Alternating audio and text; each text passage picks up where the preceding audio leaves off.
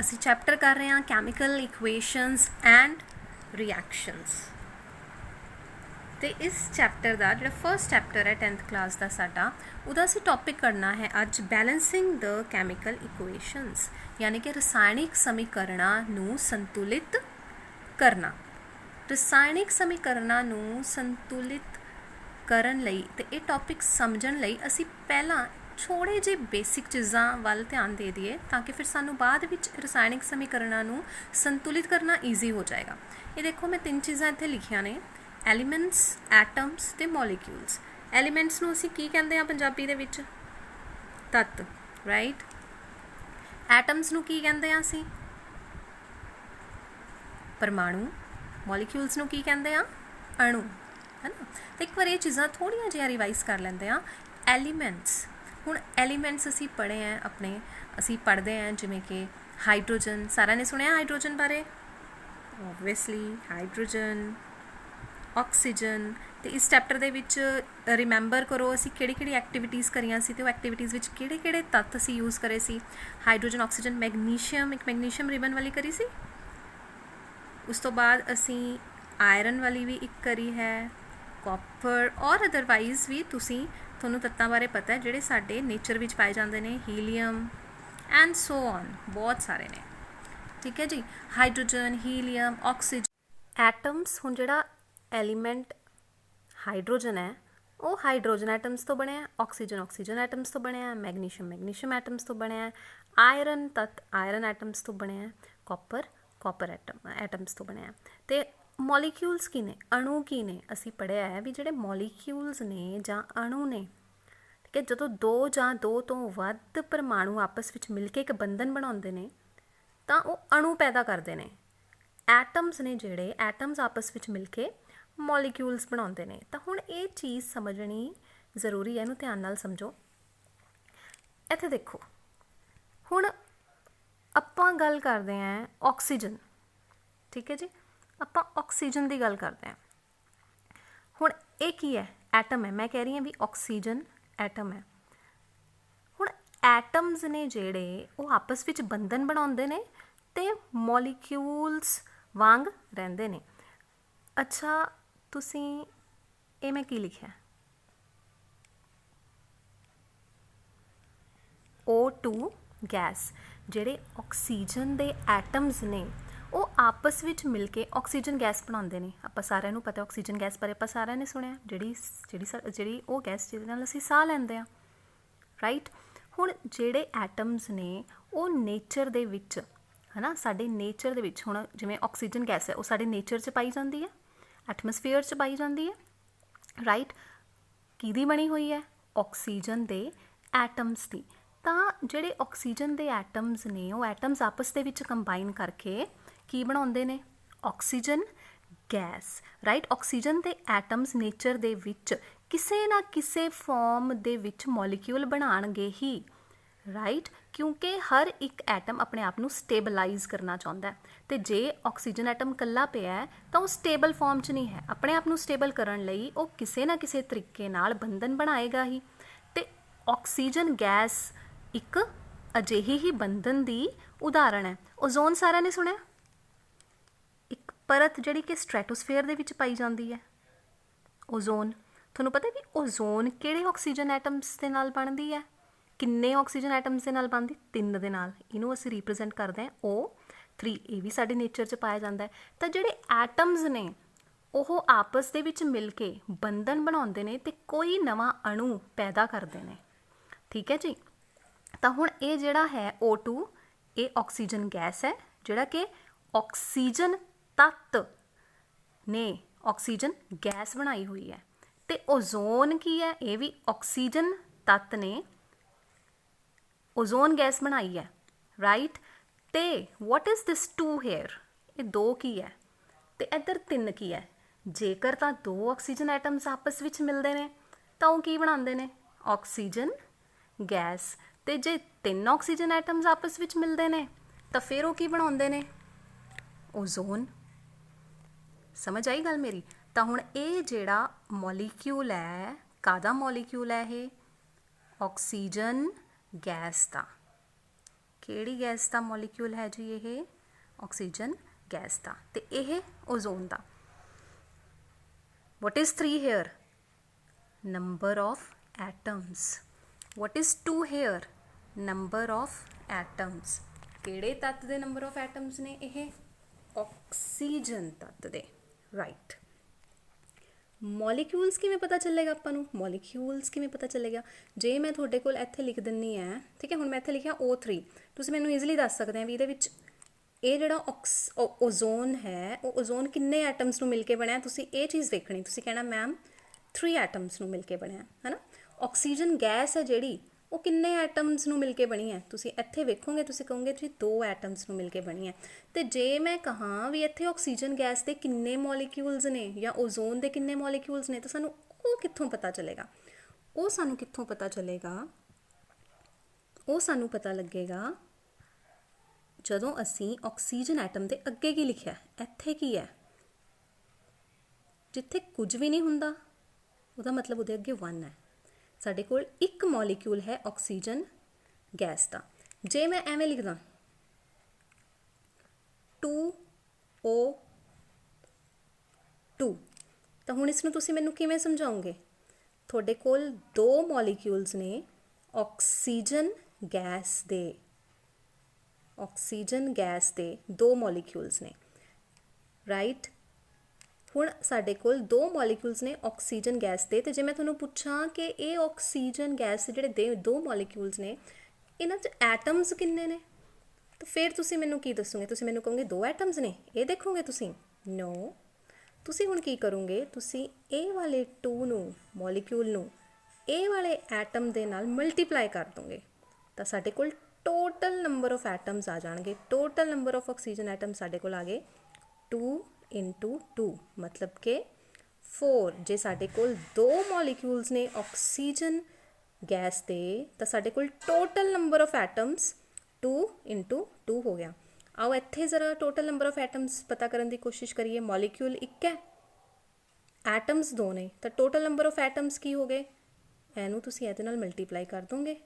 2 × 1 = 2, ਯਾਨੀ ਕਿ ਸਾਡੇ ਕੋਲ 2 ਐਟਮਸ ਨੇ। ਜੇ ਸਾਡੇ ਕੋਲ ਇੱਕ ਮੋਲੀਕਿਊਲ ਆਕਸੀਜਨ ਦਾ ਤਾਂ ਸਾਡੇ ਕੋਲ ਟੋਟਲ ਨੰਬਰ ਆਫ ਐਟਮਸ 2 ਨੇ। ਤੇ ਜੇ ਸਾਡੇ ਕੋਲ 2 ਮੋਲੀਕਿਊਲਸ ਨੇ ਆਕਸੀਜਨ ਦੇ, ਤਾਂ ਸਾਡੇ ਕੋਲ ਟੋਟਲ ਨੰਬਰ ਆਫ ਐਟਮਸ 4 ਹੋ ਗਏ, ਰਾਈਟ। ਓਜ਼ੋਨ ਵਾਲੀ ਸਾਈਡ ਦੇਖੀਏ। ਇੱਥੇ ਮੈਨੂੰ ਦੱਸੋ, ਇਹ ਚੀਜ਼ ਤਾਂ ਦੱਸੋ ਮੈਨੂੰ ਕਿ ਕਿੰਨੇ ਮੋਲੀਕਿਊਲਸ ਨੇ ਜੀ ਓਜ਼ੋਨ ਦੇ? ਓਜ਼ੋਨ ਦੇ ਕਿੰਨੇ ਮੋਲੀਕਿਊਲਸ ਨੇ? ਕਿੱਥੋਂ ਪਤਾ ਕਰੂੰਗੇ ਕਿ ਓਜ਼ੋਨ ਦੇ ਅੱਗੇ ਕੀ ਲੱਗਿਆ? ਕੁਝ ਵੀ ਨਹੀਂ ਲਿਖਿਆ ਹੋਇਆ, ਤੇ ਇਹਦਾ ਮਤਲਬ ਕਿ ਅਜ਼ਿਊਮ ਕਰਨਾ ਸੀ ਇੱਥੇ ਵੀ 1 ਹੈ, ਠੀਕ ਹੈ। ਇੱਕ ਮੋਲੀਕਿਊਲ ਓਜ਼ੋਨ ਦਾ ਕਿੰਨੇ ਨੰਬਰ ਆਫ ਐਟਮਸ ਦਾ ਬਣਿਆ ਹੋਇਆ? ਐਟਮਸ, ਕਿਉਂਕਿ ਐਟਮਸ ਆਪਸ ਵਿੱਚ ਮਿਲ ਕੇ ਮੋਲੀਕਿਊਲ ਬਣਾਉਂਦੇ ਆ, ਹੈ ਨਾ। ਤਾਂ ਮੈਂ ਇਹ ਪੁੱਛੂੰਗੀ ਤੁਹਾਨੂੰ ਵੀ ਇਹ ਮੋਲੀਕਿਊਲ ਕਿੰਨੇ ਐਟਮਸ ਨੂੰ ਮਿਲ ਕੇ ਬਣਿਆ? ਇੱਕ ਮੋਲੀਕਿਊਲ ਓਜ਼ੋਨ ਦਾ ਕਿੰਨੇ ਐਟਮਸ ਨੂੰ ਮਿਲ ਕੇ ਬਣਿਆ? ਤੁਸੀਂ ਕੁਝ ਨਹੀਂ ਕਰਨਾ, ਤੁਸੀਂ ਮੋਲੀਕਿਊਲ ਤੇ ਨੰਬਰ ਆਫ ਐਟਮ ਨੂੰ ਮਲਟੀਪਲਾਈ ਕਰ ਦਿਓ। 1 × 3 = 3। ਤੁਸੀਂ ਕਹੋਗੇ ma'am total 3 atoms of ozone ਨੂੰ, 3 ਐਟਮਸ ਆਫ ਆਕਸੀਜਨ ਨੂੰ ਮਿਲ ਕੇ ਇੱਕ ਮੋਲੀਕਿਊਲ ਓਜ਼ੋਨ ਦਾ ਬਣਿਆ। ਤੇ ਜੇ ਮੈਂ ਇੱਥੇ ਤੁਹਾਨੂੰ ਲਿਖਦਾ 3O3, ਤਾਂ ਹੁਣ ਮੈਨੂੰ ਦੱਸੋ ਇੱਥੇ ਓਜ਼ੋਨ ਦੇ ਕਿੰਨੇ ਮੋਲੀਕਿਊਲਸ ਨੇ? What is ozone? ਓਜ਼ੋਨ ਇਹ ਹੈ ਨਾ, O3 ਓਜ਼ੋਨ ਹੈ। ਓਜ਼ੋਨ ਦੇ ਕਿੰਨੇ ਮੋਲੀਕਿਊਲਸ ਨੇ? 3 ਨੇ ਜੀ, ਹੈ ਨਾ। ਤੇ ਟੋਟਲ ਨੰਬਰ ਆਫ ਐਟਮਸ ਦੱਸੋ ਹੁਣ ਮੈਨੂੰ, ਇਹ 3 ਮੋਲੀਕਿਊਲਸ ਦੇ ਵਿੱਚ ਟੋਟਲ ਨੰਬਰ ਆਫ ਐਟਮਸ ਕੀ ਨੇ? ਤੁਸੀਂ 3 ਨੂੰ 3 ਨਾਲ ਮਲਟੀਪਲਾਈ ਕਰ ਦੋਗੇ। ਨੰਬਰ ਆਫ ਮੋਲੀਕਿਊਲਸ ਨੂੰ ਨੰਬਰ ਆਫ ਐਟਮਸ ਨਾਲ ਜਦੋਂ ਮਲਟੀਪਲਾਈ ਕਰੋਗੇ ਤਾਂ ਸਾਡੇ ਕੋਲ total number of atoms in 3 molecules of ozone ਆ ਜਾਏਗਾ 3 × 3 9, ਯਾਨੀ ਕਿ ਸਾਡੇ ਕੋਲ ਇਹਦੇ ਵਿੱਚ 9 ਟੋਟਲ ਨੰਬਰ ਆਫ ਐਟਮਸ ਨੇ। ਓਕੇ, ਆਓ ਇੱਕ ਵਾਰੀ ਹੋਰ ਸਮਝਣ ਦੀ ਕੋਸ਼ਿਸ਼ ਕਰਦੇ ਹਾਂ। ਹੁਣ ਆਪਾਂ ਹਾਈਡਰੋਜਨ ਪਿਕ ਕਰਦੇ ਹਾਂ। ਹਾਈਡਰੋਜਨ ਦੇ ਸਪੋਜ਼ ਕਰੋ ਐਟਮਸ ਨੇ, hydrogen is represented by H। ਤੇ ਹਾਈਡਰੋਜਨ ਦੇ ਐਟਮਸ ਮਤਲਬ ਕਾਮਨ ਜੀ ਕਿਹੜੀ ਗੈਸ ਪੈਦਾ ਕਰਦੇ ਨੇ? ਹਾਈਡਰੋਜਨ ਦੇ ਐਟਮਸ ਆਪਸ ਵਿੱਚ ਮਿਲ ਕੇ। ਐਟਮਸ ਨੇ ਆਪਣੇ ਆਪ ਨੂੰ ਸਟੇਬਲ ਕਰਨਾ ਹੈ, ਠੀਕ ਹੈ। ਤਾਂ ਉਹ ਐਟਮ ਦੀ ਫਾਰਮ 'ਚ ਨਹੀਂ ਹੁੰਦੇ, ਉਹ ਐਟਮਸ ਆਪਸ ਦੇ ਵਿੱਚ ਬੰਧਨ ਬਣਾ ਕੇ ਕੋਈ ਨਾ ਕੋਈ ਮੋਲੀਕਿਊਲ ਜ਼ਰੂਰ ਬਣਾ ਲੈਂਦੇ ਨੇ। ਤਾਂ ਹੁਣ ਜਿਹੜਾ ਸਾਡੇ ਕੋਲ ਹਾਈਡਰੋਜਨ ਦੇ ਐਟਮਸ ਨੇ, ਅਸੀਂ ਹਾਈਡਰੋਜਨ ਗੈਸ ਬਾਰੇ ਸੁਣਿਆ ਹੈ ਨਾ, ਸੁਣਿਆ ਹਾਈਡਰੋਜਨ ਗੈਸ। ਤਾਂ ਉਹ ਹਾਈਡਰੋਜਨ ਗੈਸ ਦਾ ਕੀ ਫਾਰਮੂਲਾ ਹੈ? H2 ਤਾਂ ਇਹਦਾ ਮਤਲਬ ਕਿ ਹਾਈਡਰੋਜਨ ਦੇ ਕਿੰਨੇ ਐਟਮਸ ਨੂੰ ਮਿਲ ਕੇ ਹਾਈਡਰੋਜਨ ਗੈਸ ਬਣੀ ਹੋਈ ਹੈ? 2 ਐਟਮਸ ਨੂੰ, ਹੈ ਨਾ। ਤੇ ਪਰ ਇੱਥੇ ਮੋਲੀਕਿਊਲ ਕਿੰਨੇ ਨੇ ਹਾਈਡਰੋਜਨ ਗੈਸ ਦੇ, ਦੱਸੋ ਜੀ? ਇੱਕੋ ਹੀ ਹੈ। ਸਮਝ ਆ ਗਈ?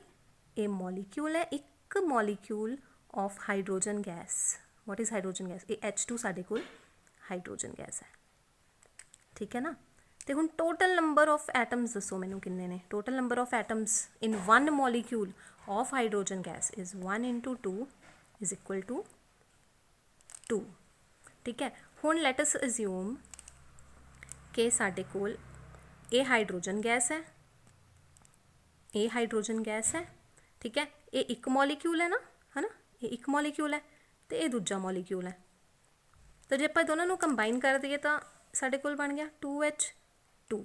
ਵੀ ਸਾਡੇ ਕੋਲ ਜਿਹੜੀ ਹੁਣ ਇਹ ਤੁਸੀਂ ਕੀ ਰਿਪਰੈਜ਼ੈਂਟ ਕਰ ਰਹੇ ਆ, ਵੀ ਸਾਡੇ ਕੋਲ 2 ਮੋਲੀਕਿਊਲਸ ਨੇ ਹਾਈਡਰੋਜਨ ਗੈਸ ਦੇ। ਤੇ ਮੈਂ ਤੁਹਾਨੂੰ ਪੁੱਛਿਆ ਵੀ ਦੱਸੋ ਟੋਟਲ ਨੰਬਰ ਆਫ ਐਟਮਸ ਕਿੰਨੇ ਨੇ 2 ਮੋਲੀਕਿਊਲ ਆਫ ਹਾਈਡਰੋਜਨ ਗੈਸ ਦੇ ਵਿੱਚ। ਸੋ ਸਿੰਪਲ 2 × 2 ਇਜ਼ ਇਕੁਅਲ ਟੂ 4। ਤਾਂ ਇਹ ਜਿਹੜੇ 2 ਮੋਲੀਕਿਊਲਸ ਆਫ ਹਾਈਡਰੋਜਨ ਗੈਸ ਨੇ ਇਹ 4 ਐਟਮਸ ਨੂੰ ਮਿਲ ਕੇ ਬਣਿਆ ਹੈ।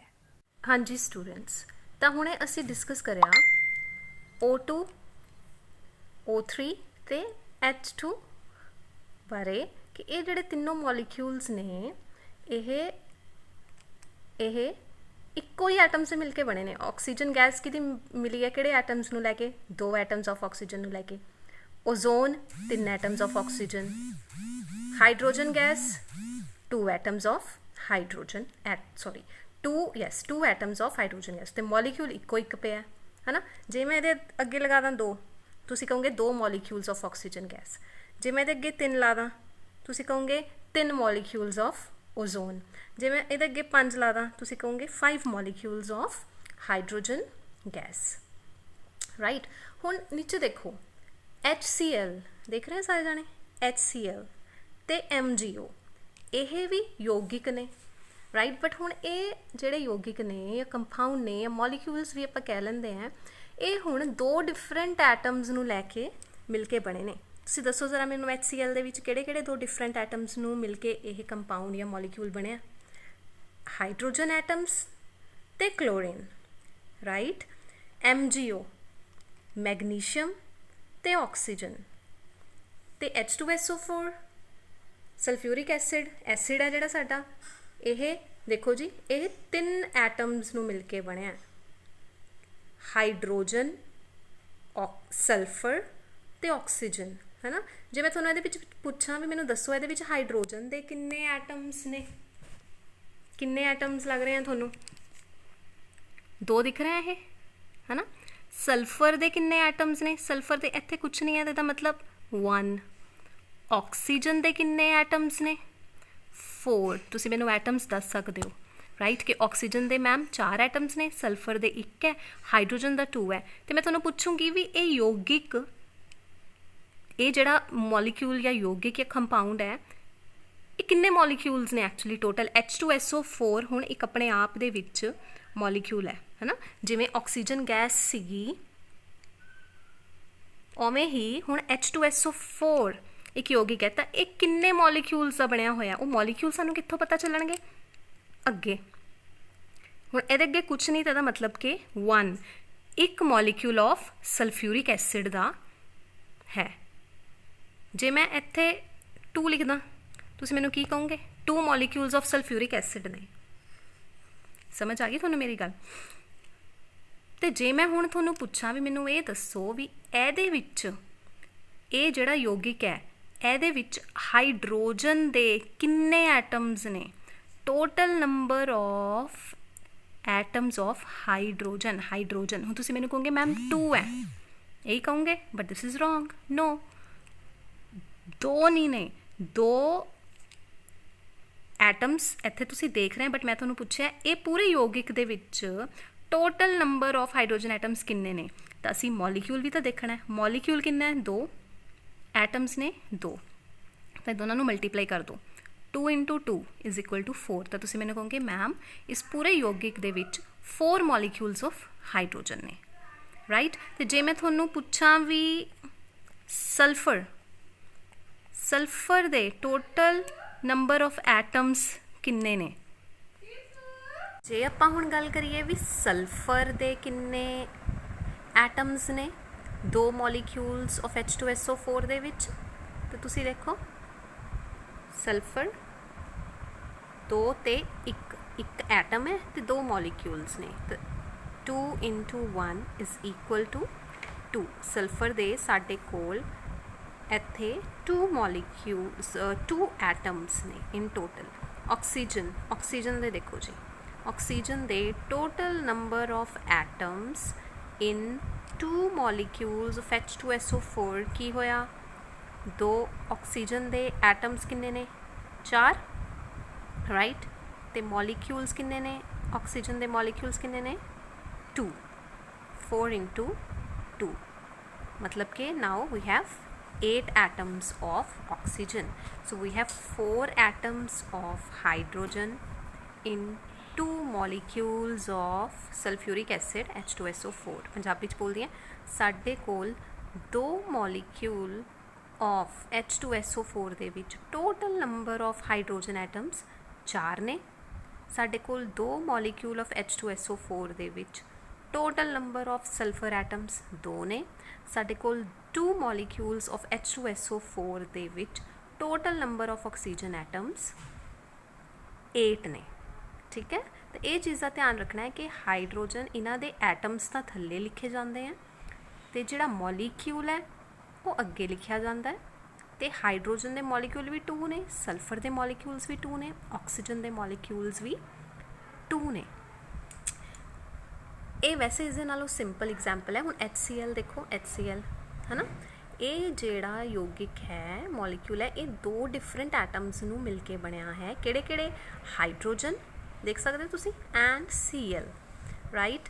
तो साडे कोल HCl दे किन्ने मॉलीक्यूल्स ने मैनूं दसो, किवें पता चलूगा? साडे कोल HCl दे किन्ने मॉलीक्यूल्स ने? 1 है, क्योंकि इसके अगे कुछ भी नहीं लिखा होया, right. So we have 1 molecule of HCl। So जे मैं तुहानूं इहदे विच पुछां मैनूं हाइड्रोजन दे टोटल नंबर ऑफ एटम्स दसो इन 1 मॉलीक्यूल ऑफ HCl, तो हाइड्रोजन के एटम्स दसो कित्थे हैं? ये है हाइड्रोजन के एटम, जिथे नहीं लिखा तो मतलब 1 है, right. So 1 into 1, 1 into 1 is equal to 1। Chlorine के एटम्स दसो जी किन्ने हैं? 1 मॉलीक्यूल ऑफ HCl दे विच क्लोरीन के किन्ने एटम्स ने? 1 into 1। Cl दे पिछे कुछ नहीं है ना, तो 1, राइट। स्टूडेंट्स असी तत्त परमाणु ते अणु बारे पढ़ लिया। हुण असी अभिकारक अते उत्पाद बारे थोड़ा सा जानन दी कोशिश करांगे। असी जदों ये चैप्टर शुरू करिया सी उदों असी इन्हां बारे पढ़िया भी सी। आपां एक समीकरण वेखदे हां।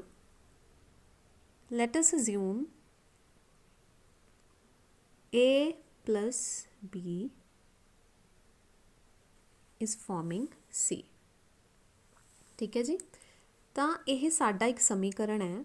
तो समीकरण विच एक एरो है, वो एरो दे सज्जे हथ अते खब्बे हथ असीं वेखना है। सो इस एरो दे लैफ्ट हैंड साइड खब्बे हथ साडे कोल की ने? अभिकारक। किहड़ा अभिकारक है? A, ते दूजा अभिकारक है B। ते जदों अभिकारक A अते B आपस विच रिएक्ट करते हैं, ठीक है, तो साडे कोल एक नवीं चीज़ पैदा होंदी है जिसनूं असीं उत्पाद का नाम दिंदे हैं। भी ये उत्पाद है, ये अभिकारक ने ते यह उत्पाद ने। हुण असीं इस पूरे चैप्टर दे विच बहुत सारे समीकरण पढ़े ने, ठीक है। ये भी हो सकता है A plus B is forming C plus D। सो हुण इत्थे अभिकारक किहड़े किहड़े ने? A अते B। ते उत्पाद किहड़े हैं? C and D। ये भी हो सकता है A plus B plus C is forming D। सो अभिकारक किहड़े किहड़े ने? A, B and C। ते उत्पाद किहड़ा पैदा होया इत्थे? D। ठीक है जी। तो समीकरण ये एरो दे लैफ्ट हैंड साइड ते साडे अभिकारक हुंदे ने ਤੇ ਰਾਈਟ ਹੈਂਡ ਸਾਈਡ ਤੇ ਸਾਡਾ ਉਤਪਾਦ ਹੁੰਦਾ ਹੈ।